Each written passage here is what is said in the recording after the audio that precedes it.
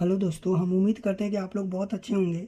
तो हम लोग इससे पहले वाले पार्ट में आर्टिकल 29 से 30 तक ले हम पढ़े हुए थे कि इसमें क्या होता है। हम आगे इससे पढ़ेंगे, तो ध्यान दीजिएगा। यह पॉलिटी का क्वेश्चन है। पॉलिटी हम पढ़ा रहे हैं, तो यहाँ पे ध्यान दीजिएगा। संवैधानिक उपचारों का अधिकार किसमें है? तो आर्टिकल 32 में संवैधानिक जो संवैधानिक उपचार, जो भी संवैधानिक उपचार है, कौन हमको बता रहा है? आर्टिकल 32 में बता रहा है। आगे हम लोग बढ़ते हैं। यहाँ पे देखिएगा, सभ्यता एवं समानता का अधिकार। सभ्यता एवं समानता का अधिकार कौन बता रहा है? 14 से 18 में है। 14 से 18 में किस में है? 14 से 18 में है। तो ध्यान दीजिएगा। यहाँ पे देखते हैं आगे। राज्य के सभी व्यक्तियों के लिए एक समान कानून बनाया जाएगा और एक समान लागू किया जाएगा। ये कौन से आर्टिकल में है?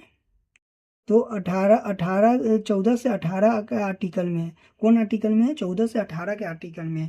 तो कोई भी व्यक्ति के लिए नहीं। यहाँ पे आप लोग देखते होइएगा कि पहले के समय में बड़े बड़े जो बड़े जात वाले के लिए अलग कानून था, छोटे जात वाले के लिए अलग कानून बनाया था। लेकिन भीमराव अम्बेडकर जी जो बाबा साहेब हैं, वह ऐसा कानून बनाए कि बड़ा हो चाहे छोटा हो, सबके लिए एक बराबर कानून रहना चाहिए, कोई भेदभाव नहीं, कुछ नहीं। जैसे हाँ, तुम छोटा हो चाहे बड़ा हो, सबके लिए एक बराबर कानून रहना चाहिए था। ये किस में है? तो 14 से 18 में है। सो तो सभ्यता और समानता का अधिकार। आगे बढ़ते हैं। आर्टिकल 15। तो धर्म धर्म नर नरसर और लिंग, जन्म इत्यादि के आधार में किसी के साथ कोई भेदभाव नहीं किया जाएगा। तो धर्म, नस्ल में और लिंग के आधार पर, जैसे कि धर्म हो गया, नस्ल हो गया कि कौन नस्ल का है, बोलता है ना, काला है, गोरा है, भूरा है। बहुतों नस्ल है। लिंग जैसे कि किन्नर हो गया, तो भेदभाव नहीं करता है कि तुम काला है, तुम मुस्लिम है, तुम हिंदू है, तुम सिख है, तुम ईसाई है। तो इस सब में कोई भेदभाव नहीं हो। तो आर्टिकल कितना हम बनाया गया है? तो 15 बनाया गया। आर्टिकल 15 में दिया गया है। ठीक है। तो आगे हम लोग बढ़ते हैं। यहाँ ध्यान दीजिएगा। अनुच्छेद 16, लोक लोक नियोजन में समानता। तो 16 में क्या है? लोक नियोजन में समानता। तो आगे बढ़िए। राज्य के किसी भी पद पर नियुक्ति में सभी को शामिल अवसर सॉरी समान अवसर दिया जाएगा। तो किसी के साथ भेदभाव नहीं किया जाएगा। तो आप लोग जानते हैं कि पहले के समय में भेदभाव होता था। अब ऐसा नियम बना दिया है आर्टिकल 16 में कि कोई भी चीज़ राज्य में हो रहा है ना, तो सबके लिए एक समान अवसर मिलेगा। जैसे कि वैकेंसी निकलेगा, तो सबके लिए एक समान उसमें वैकेंसी में दिया जाएगा। चाहे कोई भी देश राज्य के लिए कोई भी काम हो रहा है, तो वो सबके लिए एक समान होगा, कोई उसमें भेदभाव नहीं होगा। आगे हम लोग देखते हैं। यहाँ पे ध्यान दीजिएगा। यहाँ पे ध्यान दीजिएगा कि आर्टिकल 17 क्या कहता है? अस्पृश्यता, अस्पृश्यता का अंत। तो अस्पृश्यता का अंत यहाँ पे नीचे पढ़ते हैं। छूट से संबंधित भेदभाव, छूत से संबंधित भेदभाव करना दंडनीय अपराध है। तो छुआछूत के बारे में आप लोग इतिहास में पढ़े होंगे कि पहले के समय में छुआछूत होता है। दो मैं तुम, मेरे घर पे पानी नहीं, चाहे छोटे जातो, अभी भी होता है कि तुम छोटे जातो मेरे दुरा पे नहीं आओ, चाहे मेरे दरवाजे पे नहीं बैठो। तो वो आर्टिकल 17 में बताया गया कि ऐसा कोई भेदभाव नहीं होगा। अगर भेदभाव जो करता है उसके लिए कानूनन दंडनीय व दंड के भागीदारी बन जाएगा, उसको कानून की तरफ से दंड दिया जाएगा। ये किस में? आर्टिकल 17 में है। चलिए आगे हम लोग देखते हैं। आर्टिकल 18। ध्यान दीजिएगा 18 को, ध्यान दीजिएगा 18 को। अनुच्छेद 18 अनुच्छेद 18 उपाधियों का अंत है। तो उपाधि के अंत के बारे में बता रहा है। तो हम लोग पढ़ते हैं। भारत का कोई भी नागरिक किसी अन्य देश से बिना राष्ट्रपति को बताए कोई भी उपाधि ग्रहण न करना नहीं करना है, तो उसकी भारत की नागरिकता को खत्म कर दिया जाएगा। तो ये 18 क्या बोलता है कि जैसे कि हम लोगों का के देश में है कुछ खिलाड़ी है जो विदेश में के ओलंपिक जीतने जाते हैं, चाहे ओलंपिक खेलने जाते हैं, चाहे और लोग टेनिस खेलने जाते हैं, बैट बॉल खेलने जाते हैं।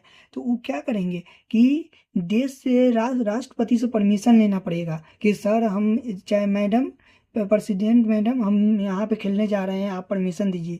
और वहाँ से जो उपाधि मिलेगा तब भारत में मान्यता मिलेगा, नहीं तो अपने मन से जाकर वहाँ पे खेल लेगा तो उपाधि को कोई मानता नहीं रहेगा और उसके ऊपर से उसका नागरिकता भारत से खत्म कर दिया जाएगा। 21 आर्टिकल में है तो आर्टिकल 18 में है, ध्यान दीजिएगा, आर्टिकल 18 में है। हम लोग आगे बढ़ते हैं, यहाँ पे ध्यान दीजिएगा, आर्टिकल 19 से 22 क्या है, स्वतंत्रता का अधिकार, मतलब कि स्वतंत्र रहो। हमको 19 से 22 स्वतंत्रता का अधिकार देता है। इसमें ही प्रेस का भी अधिकार है, इसमें ही शायद संपत्ति का भी इसमें चर्चा है।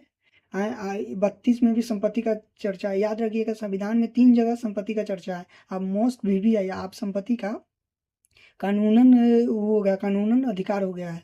तो यहाँ पे ध्यान दीजिएगा, तो स्वतंत्रता का अधिकार किस में है, 19 से 22 तक ले। तो हम लोग शुरू करते हैं।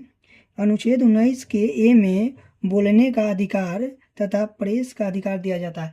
तो यहाँ पे 19 के ए में क्या कहता है कि सब प्रेस का अधिकार है। प्रेस जो भी है, मीडिया, वो अपने अपने वीडियो के वो करने के लिए, देश में को बताने के लिए कौन कैटेगरी में देश है, देश में क्या हो रहा है, उसका अधिकार प्रेस को दिया गया है। चाहे कोई भी इंसान है, कहूँ भी बोलना है, चाहे कुछ भी किसी के सामने कोई भी बात रखना, जैसे राष्ट्रपति आए हुए हैं तो आपको बोला नहीं जा रहा है, बोलने नहीं दिया जा रहा है, तो ये कानूनन अपराध किस आर्टिकल 19 के ए के तहत हो जाएगा।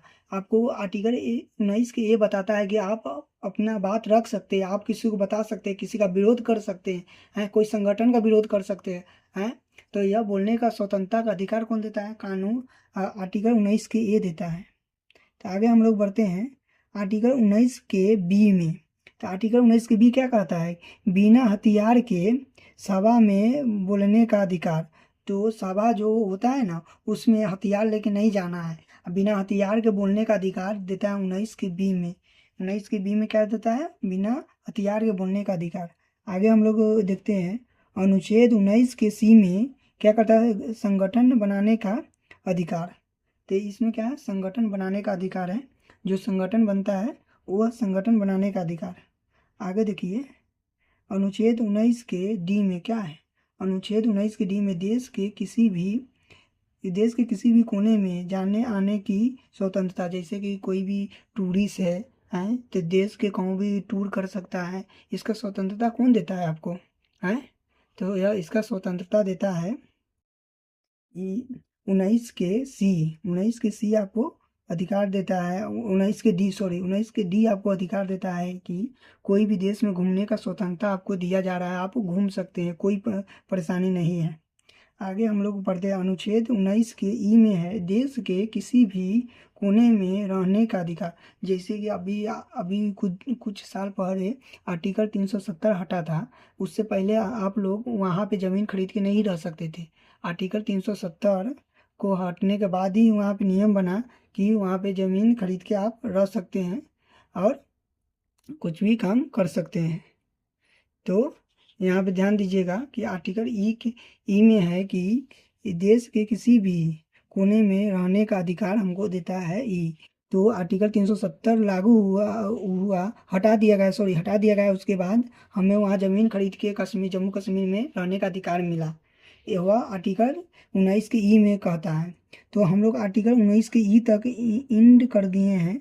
आगे का पार्ट हम लोग आगे का आर्टिकल आगे वाले चैप्टर में हम लोग कवर करेंगे। इसलिए आप लोग यहाँ तक देख लीजिए तो बहुत बहुत धन्यवाद। यह मोस्ट VVI क्वेश्चन है।